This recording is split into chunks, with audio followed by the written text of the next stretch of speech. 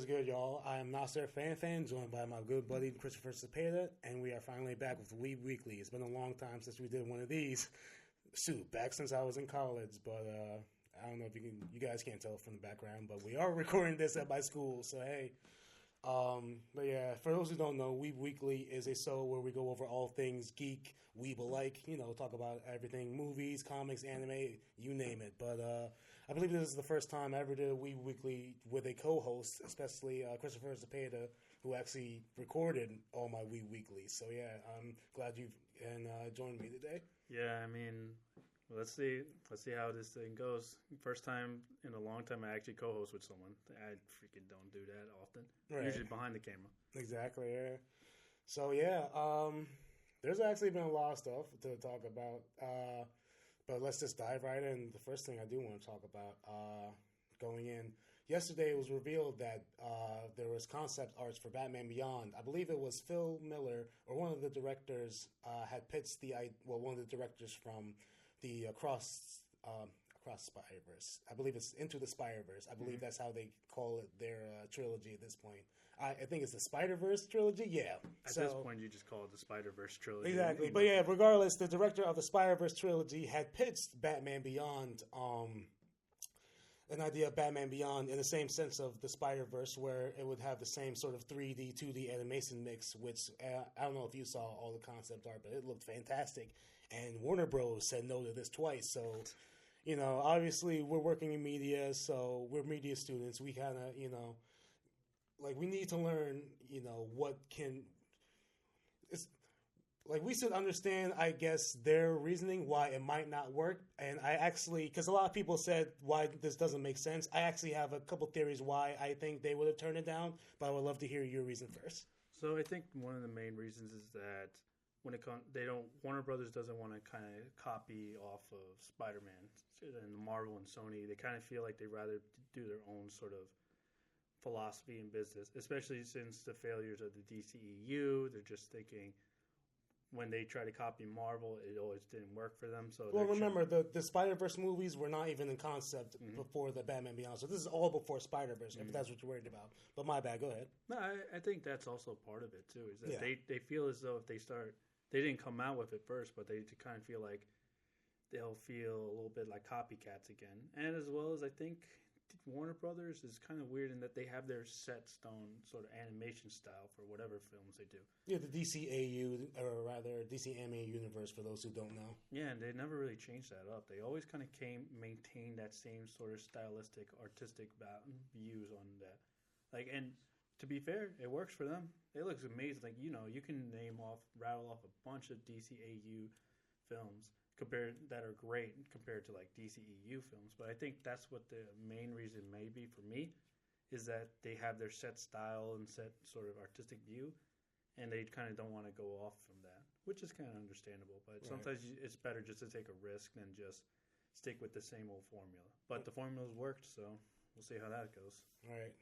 But yeah, definitely talking about taking a risk, because again, the visuals I saw, they looked absolutely fantastic, especially the lighting. But I do want to mention how, it makes sense that Warner Brothers would turn it down, because everyone sort of had the same reaction. They think they were idiots for turning it down. People need to understand, number one, we all, we love Batman Beyond, but let's be honest, who really knows Batman Beyond? Yeah, it's sort of like the weird generation that we kind of lived in from the 2000s onwards. Right. We loved Batman Beyond. Terry McGinnis, still one of my favorite Batmans. I love the Joker movie that they had when it turned, spoiler alert, when it turned out it was Robin, the old Robin, becoming the Joker. That movie is from literally 2000. It's 23 years. Hey, man. You don't 24 years, actually, almost. Shoot. Hey, man, you don't know how people are. Some people feel like spoilers. But besides the point, I think if you really look at it, Batman Beyond, it was a great show, but it was a niche show for, kids our age. It was only 3 seasons. Exactly. You got people who were living off of Batman the animated series, and they just, once it stopped, they're like, nope, move on to a different animation or different form of media. So I think that's one of the reasons why that Batman Beyond is kind of it's its own weird sort of pool where nobody really talks about it, and it's still such a great show. Right. of course, that theme song is banging every single time you hear it. You're like, oh man, this is electro pop sort of club atmosphere. Amazing, can't beat it. Right.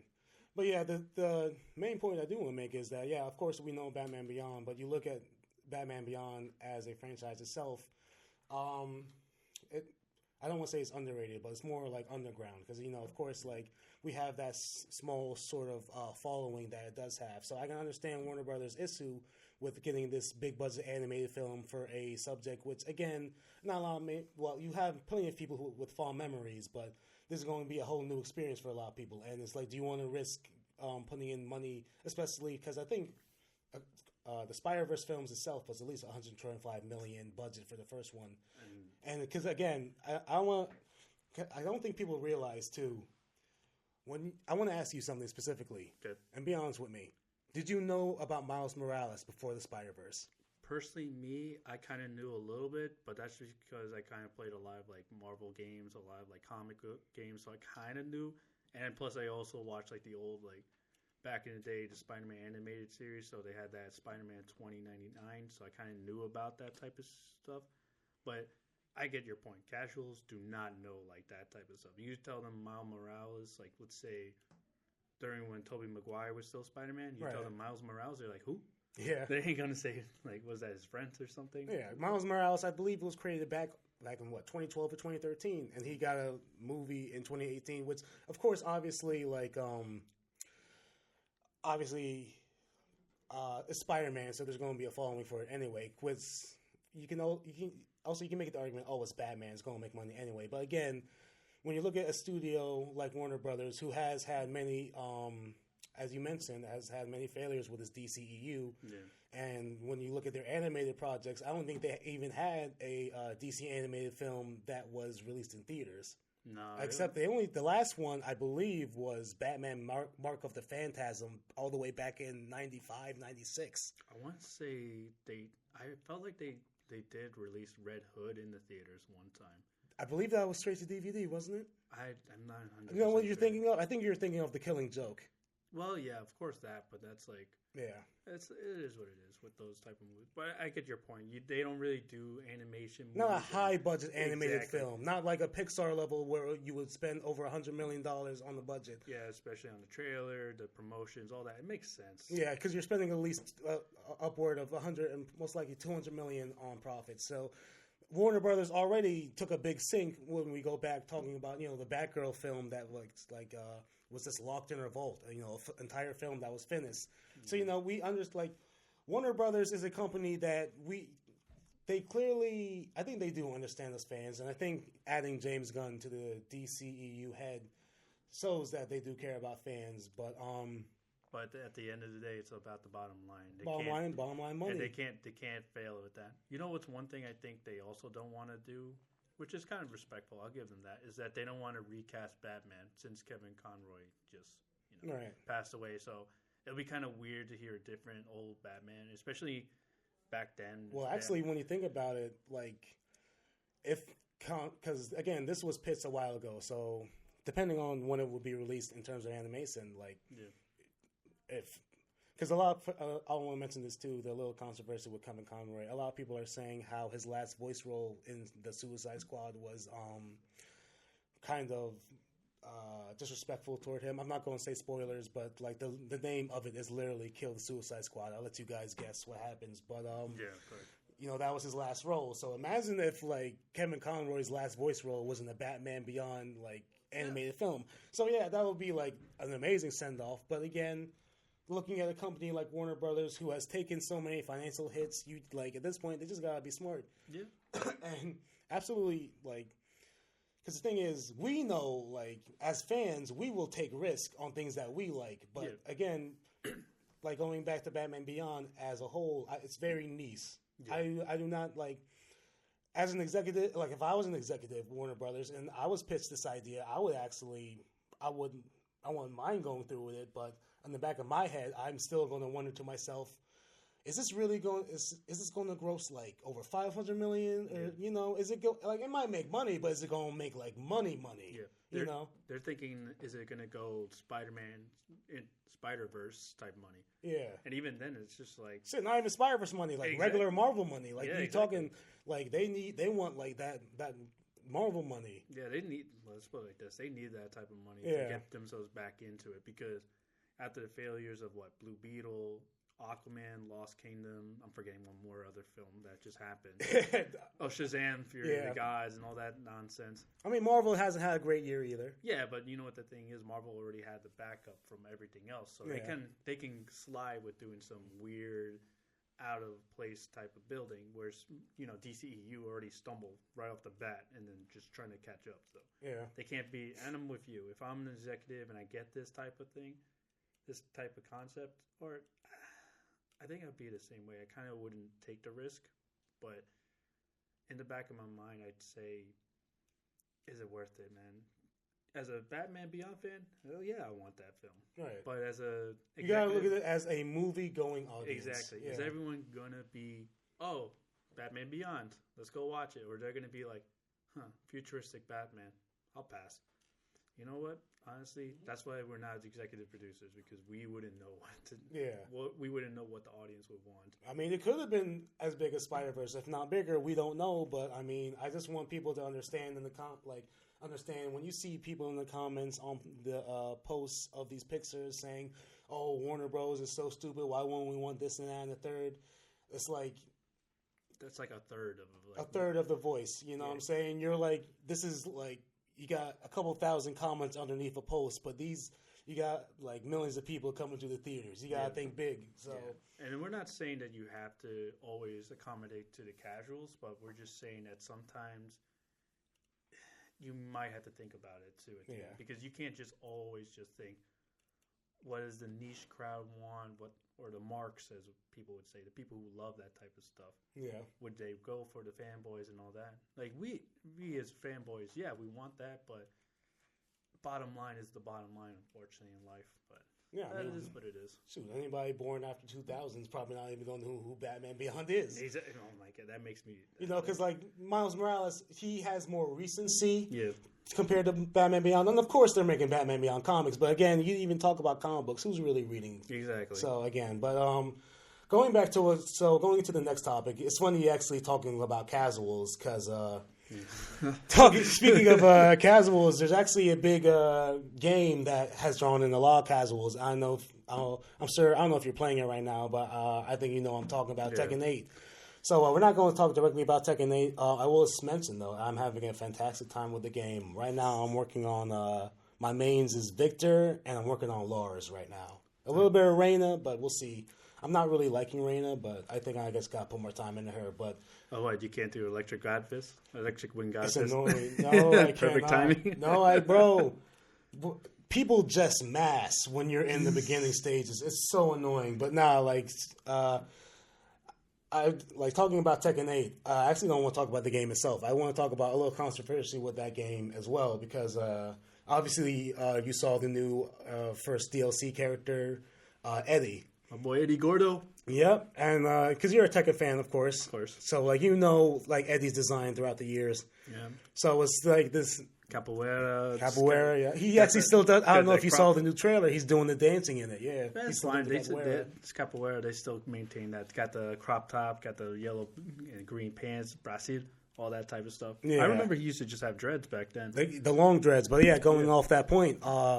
the controversy is, his haircut. And this kind of goes to, we've been having a little discussion, or everybody is starting to really notice, specifically African Americans in video gaming. And it doesn't, not even video games. I think it's most media where we've seen this sort of, high top dread hairstyle, a.k.a. the Killmonger, I guess, is what everybody's calling it. Which I find funny because, before I mention it, I want to know about your thoughts, because do you think that this, obviously, I don't think these companies are doing it intentional. Of course, they're not doing it intentional. I just think that they view this as a common, popular haircut the same way, people in the 20s and 30s all had, gelled down hair. This is a popular haircut, but the thing is, people are responding like, black people have way more. It just seems odd that you had a new character in Tekken 8 with Eddie, who always had, a unique design. I always loved Eddie's tracksuit and things like that, but now he has this sword. It's literally the Killmonger haircut.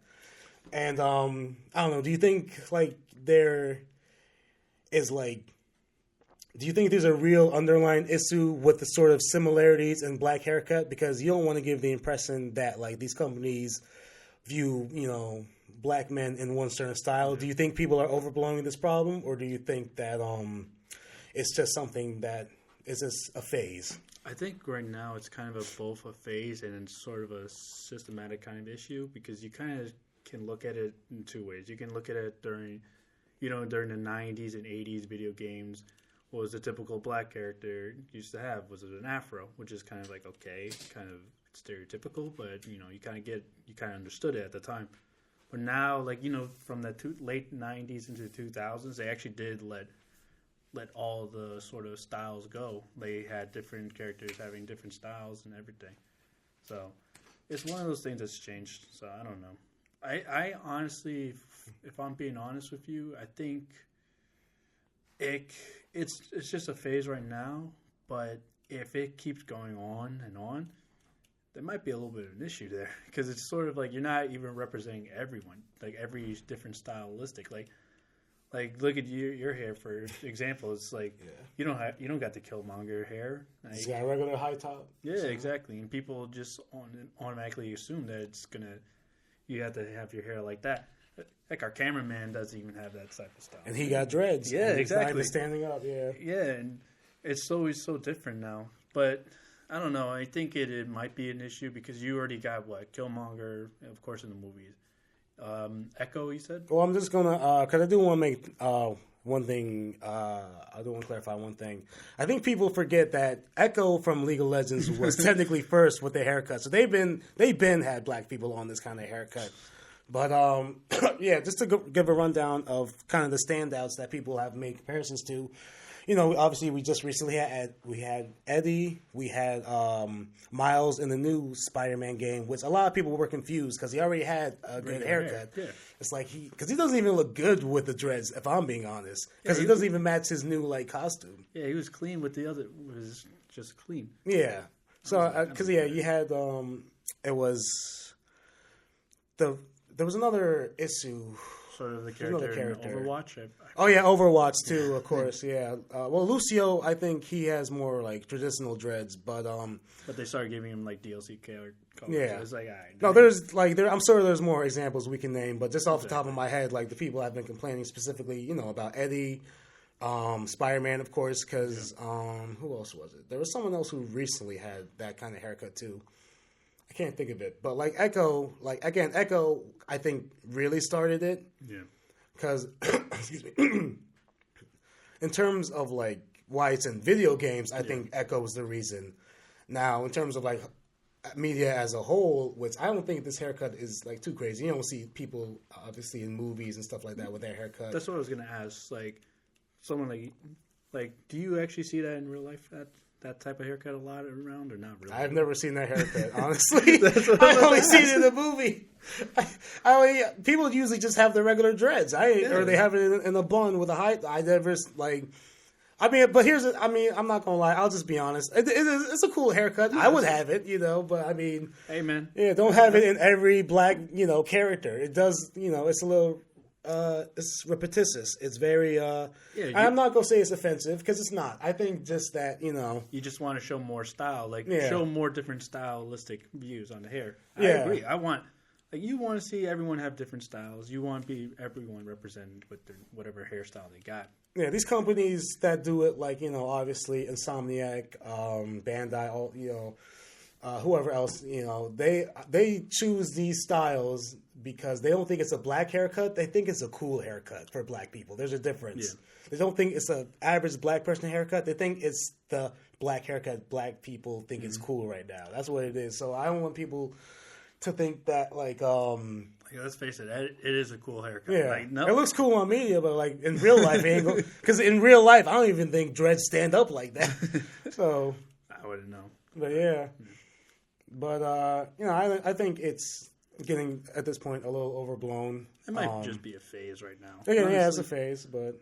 we'll see what happens. Yeah. Give it about like 5 more years, and then we'll see if it actually still maintains that same haircut. But good on Eddie to have that haircut. It looks cool on him, that's for sure. Absolutely. It's different, that's for sure, but it looks good. Yeah. Hey, We're actually doing pretty good on time because I actually do want to talk to you about another topic, and we'll get into our little trailer reaction later. Okay. I do want to ask you about your opinion on this. I recently found out that Tekken 8 has actually outsold, well, we're still talking about Tekken. Tekken 8 has outsold Street Fighter 6. Okay. And I think it's around the same. It's still under Mortal Kombat 1.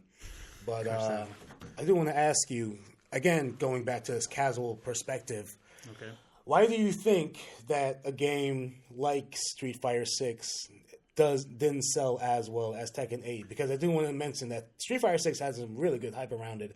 Yeah. I don't know I'm sure you're aware of their past Evo this year. Of course. Street Fighter 6 itself had the highest, people sign up for a fighting game tournament. I believe it was at least over 5,000 entrants. So, I mean... Well, to be fair, too, this year there wasn't really much other competitions. Well, yeah, exactly. If you really think about it, too. No, yeah, because that was the only next-gen, technically. It's not even a next-gen game. It was just the most, high-end game at the time when it came out. Right, besides exactly. MK1, right? I think MK1... MK1 came out after Evo, because it came out during September. Evo was back in July. Yeah. But my point is, what I do want to ask you is... What do you think is the casual appeal of? Because I can understand the casual appeal of something like a Mortal Kombat, where you have obviously the guest characters were dropped, the same day as the release, where we had people like not Killmonger, because now he's stuck in my head with that damn haircut. But Omni-Man, Homelander, yeah, you know what I'm saying. We have characters that casual people are going to want to play this game. But you look at Tekken 8. The base roster, of course, the base roster is amazing, of course, in my opinion. But, again, what makes do you think that Tekken 8 has always just been a more casual game? Or why do you think, because, again, Tekken 8 has already outsold the entirety of Street Fighter 6. Tekken 8 has been out for not even a month, I don't think. Just about a month. Exactly, just about a month. So what do you think is but what do you think is helping them with those sales? Okay, so basically, as the resident sort of fighting game expert here, most of the times I haven't played a lot. I think one of the things that differentiates Tekken to Street Fighter is sort of in Street Fighter, you kind of built in already what the gameplay is. You got to do your fireball motions, which is like a down, forward, forward type of punch. Whereas Tekken, you don't really have to do all that kind of stuff. You kind of can button mash your way to sort of winning. Believe me, I know. But that's kind of that's always been the tried and true in Tekken, is that it's sort of easy for beginners just to mess around, start playing buttons, and next thing you know, they're good at it. Well, not good, but they're just having fun. Whereas Street Fighter, you have to understand what's going on majority of the time, because if you just go and jump it right in, you look so lost. Like for you, an example, like you went into Street Fighter 6 and you were telling me it's still kind of tricky to get the hang of, and you're still getting the hang of. Hell, we played at Brooklyn a while back, and for me, who haven't really played Street Fighter 6 at all, and you and I were playing, you were beating me, but then back and forth, it was like I still got majority of the button motions in me. No, because when you switch characters to Ryu, because I think who did you start off with? I started off with Juri, but then I switched to Ryu, and you saw the difference is that because I still remember how to play, because I grew up playing Street Fighter, so I know how that motion is. So it's embedded in me. So as a casual, it's easier to pick up Tekken, because all you got to do is really just remember square triangle is your left and right, and X and circle is your left and right foots. So basically you can do a chain combo just tapping triangle 3 times too. Exactly. So. You're not really asked to do much of that. It's only when you get better at it, then you start to understand the intricacies of these games. That's how it always is in fighting games, is that the more the game is much more embedded into, some people who are really experts, they'll get it. But casuals they won't like Street Fighter just because there's so many different button formats. You got to do different motions. You got to do a full circle for a grab, half a circle for a weird like move or charge, or hold back and then forward for a charge move. Nobody likes that. Or Tekken, all you got to do is just remember that some different motions, like just pressing down in a triangle, apparently you get like a... That's your low sweep, yeah. Exactly. You don't even need to really pay attention. Because a lot of new people don't know how to differentiate blocking. Because in Tekken, you have to block not just like hold the stick back. You got to block low. You got to block high, medium, all that kind of stuff. But then that's later on down the line when you start playing. So the appeal of Tekken's always been that way. Any casual can pick it up and start doing whatever. Best example, Eddie Gordo or Huarang. You just mash X and circle. You just start doing some crazy moves that nobody can block. Like casual players just don't know how to block. But then when you get really deep into it, then they'll sweep you off your feet pretty easily. But it's just easier for casuals to really get into it. Whereas, people who are experts, they'll do whatever they can do. So I can understand why Tekken outsold Street Fighter. As well as the marketing was so much better for Tekken than amazing it was for marketing. Street Fighter did. Street Fighter 6 had great marketing as well, I think. But they always do this. They always kind of just go marketing into like the experts know this, the top high end fighting game players know this. I like how Street Fighter 6 really focused on like the hip hop kind of exactly. Which is appeal. Cool. Which is great. But Tekken's always been like a casuals fan's like dream, because all you gotta do is just button mash to win. Yeah. You don't even need to do. Heck, they even show you there's a 10-hit combo. All you gotta do is just press certain buttons a different way, and apparently you got a 10-hit combo. Yeah, it's literally like what I ain't gonna say, because I think my 10-hit combo in my head is the one I use for like Kazuya, but yeah, it's the same thing. It's like it would be like square circles. Square circle, triangle, X, square triangle, square triangle, circle. Yeah, exactly. Yeah, it's easy inputs. You're not really asked to do. But of course, again, we do want to emphasize there is, of course, a skill level, because Tekken 7 players are going to come at this. There's a skill level. Let's put it like that. As me, Tekken 7 players are going to come at this if we talk about this game is easy. But yeah, no, it's not. It's easier for casuals to start playing it, but it's harder to be an expert in it because you're going to have to learn how to do Korean sidestep motions. You're going to learn how certain combos work at certain angles, because it's a 3D fighting game, so you're already at a disadvantage. You're just okay. If he's high at this point, then I can't hit him with this certain move, and then that carry all the way to wall to wall. So getting expert at it is tough. That is actually really hard about like Tekken versus Street Fighter, because of course corner presser is very different in Tekken 8 because like you're on a 3D plane, so it's not like Street Fighter where you can you mass in the corner with your little combo. Yeah. If you miss a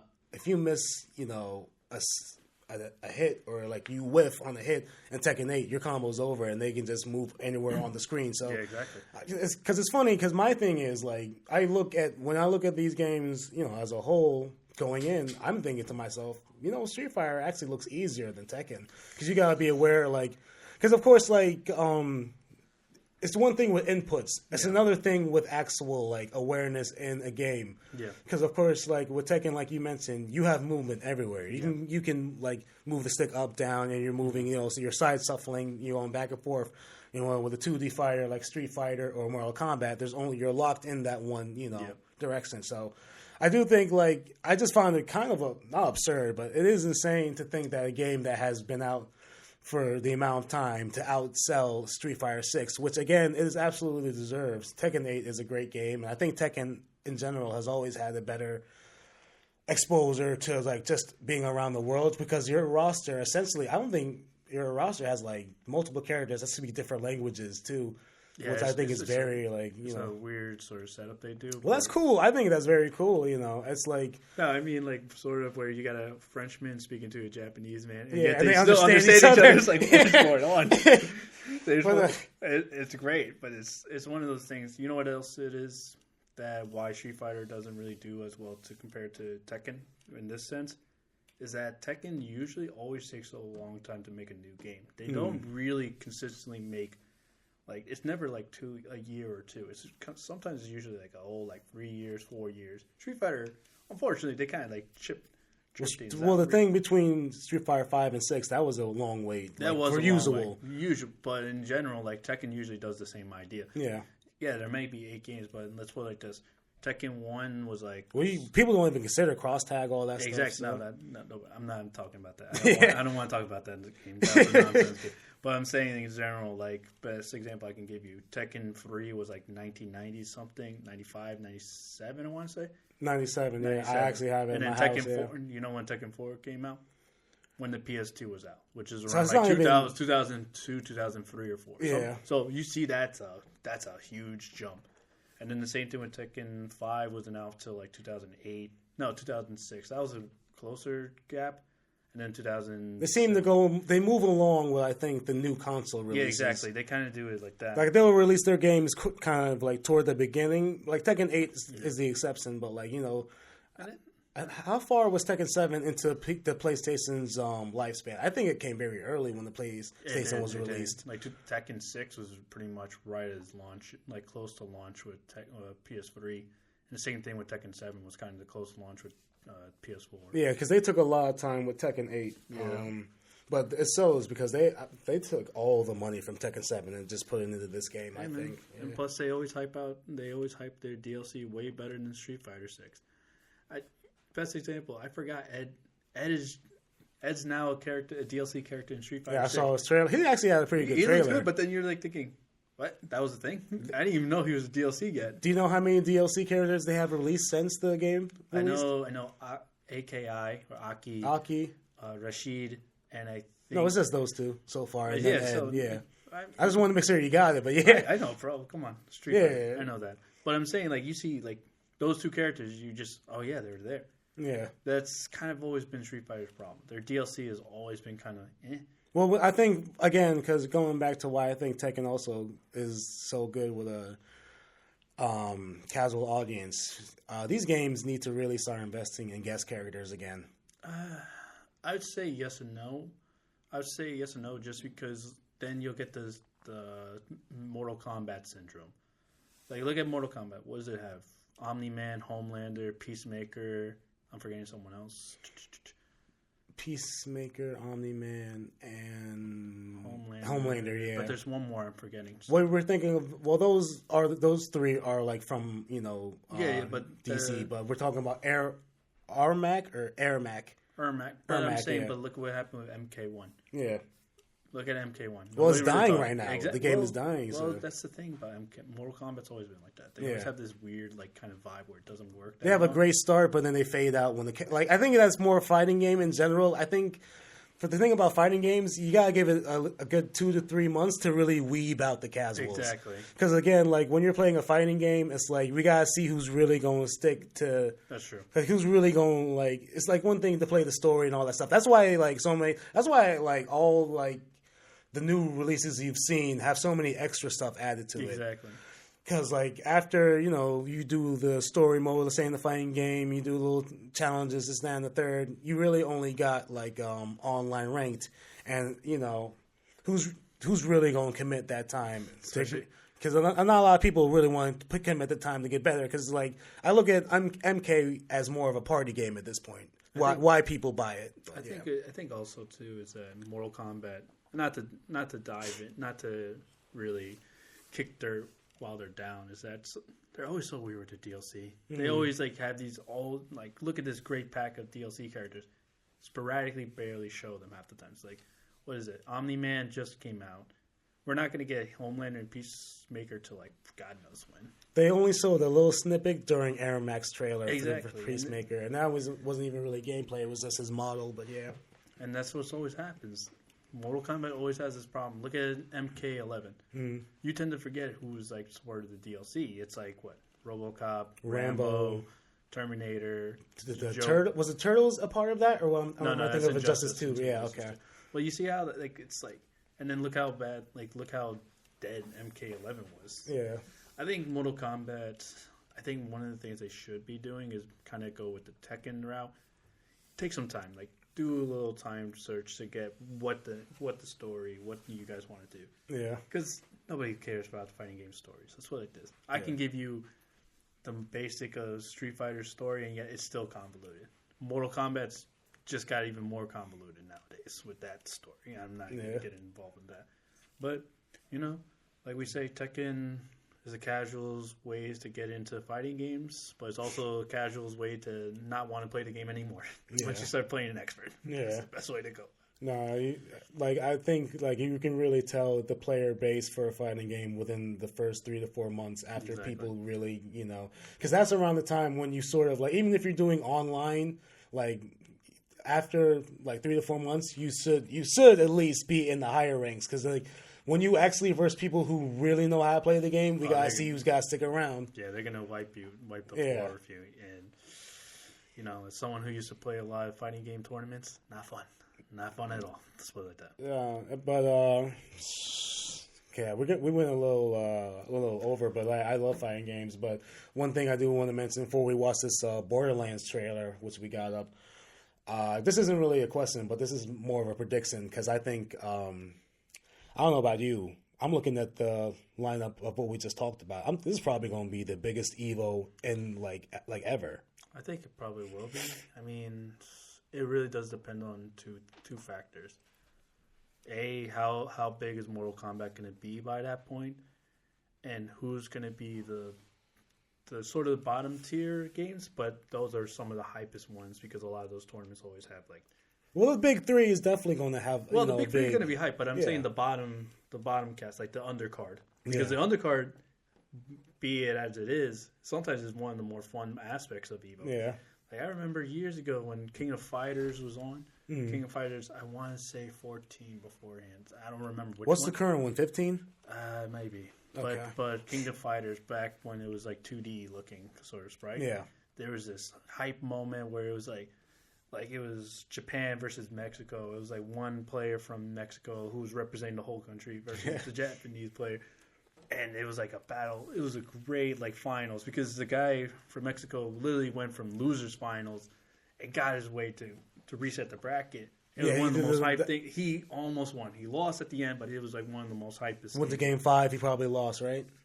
Yeah, final game and lost. But it was one of those things that you always like about the undercard because it's always people great. love underdogs. Yeah, it does. Undercards are always one of the more hypest stuff because unfortunately with a lot of the big three, you kind of couldn't really tell who's going to be in the top 8 majority of the times. People like Punk or who's that? This one Sonic Fox. Sonic Fox. Well, Sonic is he even really committed to Mortal Kombat right now? He's committed to everything. He kind of gets into every finals. Let's put it like this. I was gonna say Menard too. He's a really good Street Fighter player. But and then Dragon Ball Fighters. That's not even that evil this year. I know. To be fair, they haven't done much. Yeah, but you saw how that one went. It's crazy. They just had they didn't have the full release, but they had the rollback netcode trial and.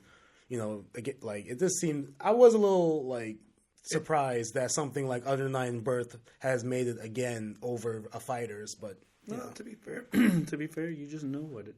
Some games just get better love, and plus, remember, Evo's sponsored by Sony, so yeah, they pick and choose who they want to pick. Yeah, I think they want to advertise games that are not getting the best sales. Everyone has fighters at this point. But, and let's put it like this: years ago when Ultimate was gone, everyone didn't. Half these games that don't get into the lineup, they end up making it somehow there, either way, through crowdfunding sort of tournaments itself. So, if you don't see fighters, don't worry, you'll probably see it in the crowd fund. Of course, yeah. Popular. You got the side events and stuff, but but yeah, I do think that because when was the last time Evo had the big three release new games at the same time? They all had a technically next gen game. So let's say the PS4 era, nah, they didn't really have that many. Because they weren't. I don't think they ever had Street Fighter 5, Dragon Ball Fighters.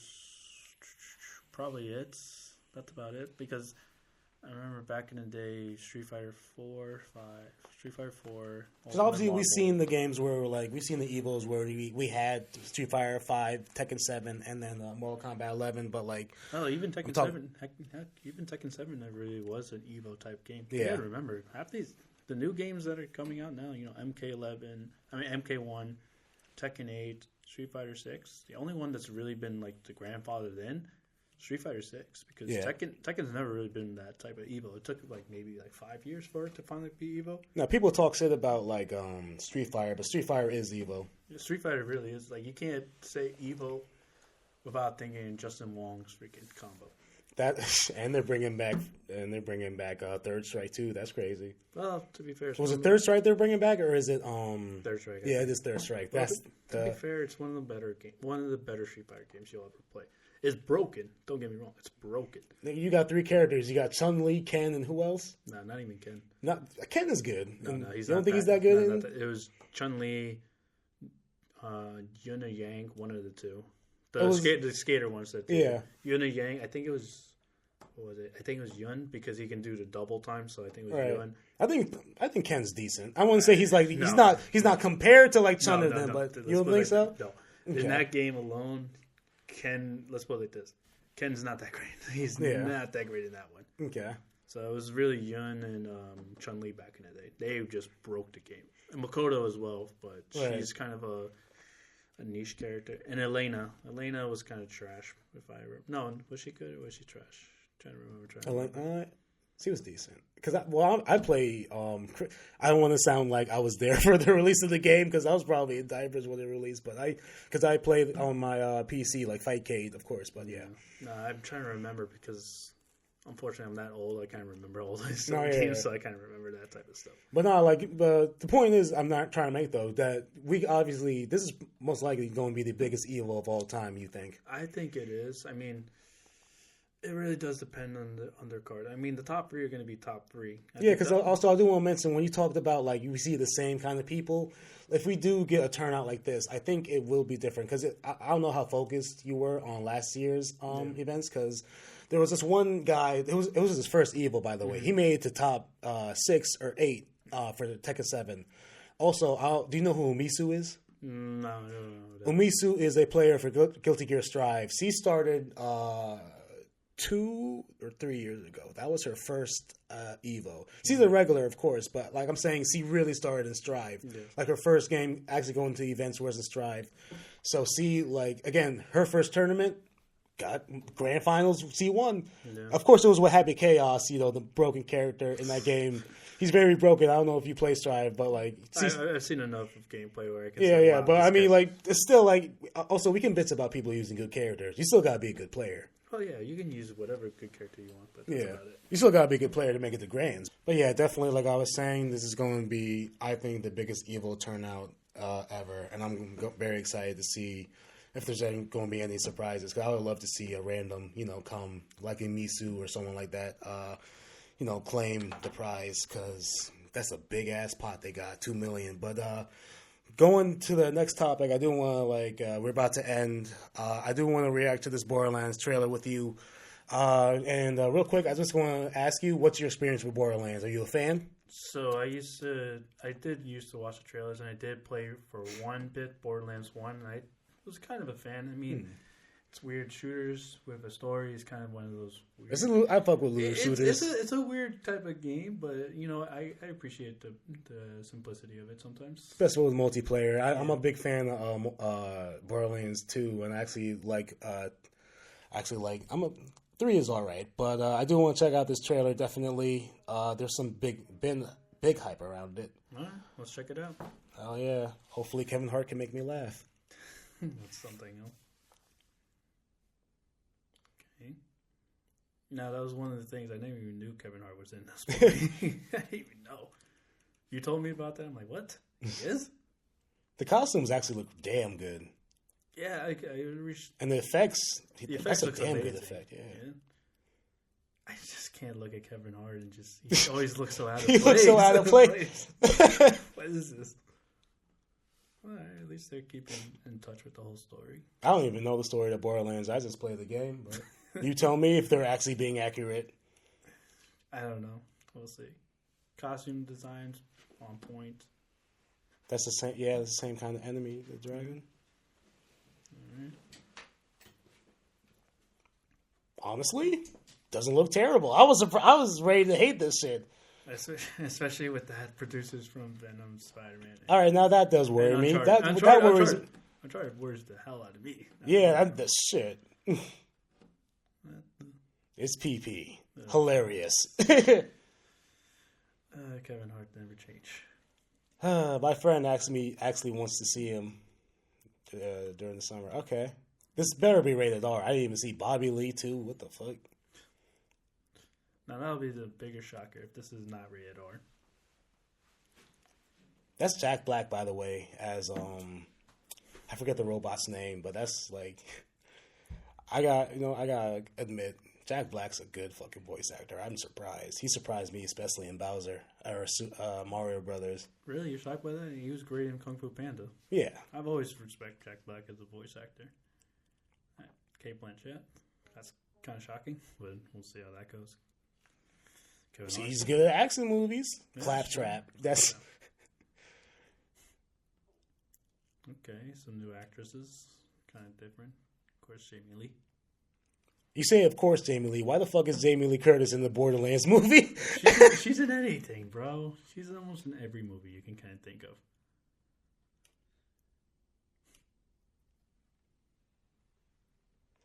This is I'm surprised how long the trailer is. They're showing a lot. Hey, man.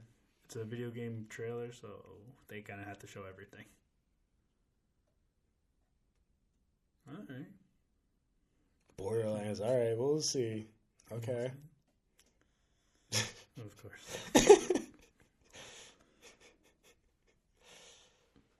Oh, God. Huh? Nothing like a piss and poop joke in Borderlands. I mean, that's the type of humor. Cup of Zoo. All right. All right, so I'll just do a quick little...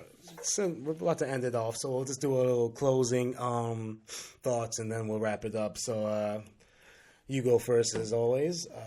I don't... Kind of shocked that it looked pretty good. It's very colorful. It's very colorful. The costume design is amazing. The CGI, especially on Claptrap, looks pretty seamlessly. Looks damn good. Yeah. He looks real. I think the only thing and you and I are going to probably say the same thing.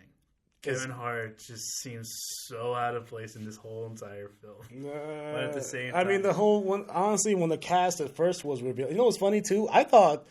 What scared me about Borderlands, I thought Kevin Hart was going to play Claptrap, the robot. That's what scared me. I was like, I ain't trying to hear that voice coming from that nigga, but it looks good. But, hey, go ahead. I think that's my biggest concern. Him and Jamie Lee Curtis. I mean, I like Jamie Lee Curtis, but she's almost in everything. So see what happens. But, I mean, it looks decent. But, hey, I mean, the Suicide Squad trailer back... I'm talking about the bad one. The Suicide Squad trailer was colorful as hell, and that sucked ass, so we got to see. But, you know what? I think video game movies have been getting a little bad rap. I think people have been actually doing really well with video game adaptations. Except for Uncharted. But, yeah... But I agree. Everything else has been upwards. So somewhat decent. It's a good thing. I will say, you know what? I'll give it a chance. I'm not going to assume it's bad. I'll give it a chance. That's all I'm going to say. But yeah, that's going to wrap it up for Weeb Weekly. Like I said, this has been a long time coming. Going to be on a new platform. So glad for you to join me today, Chris. Yeah, it's definitely been fun. Yeah, it's been great times, and you know what? Appreciate that we can finally get this thing going off the bat. We were talking about this for a minute long, so appreciate it, man. It's always been a pleasure working with you. Yeah, facts. When you graduate, bro, and you start working, time just escapes. But that's going to do it for this episode of Weeb Weekly. We hope you guys enjoy. Definitely let us know what you guys think of the Borderlands trailer in the comments. And I especially want to hear you guys' thoughts on the black haircut that we talked about earlier. But yeah, that's going to do it for this episode of Weeb Weekly. I've been Nasir Fanfan. I've been Chris. And you guys have a good one. Have a good night. Good night.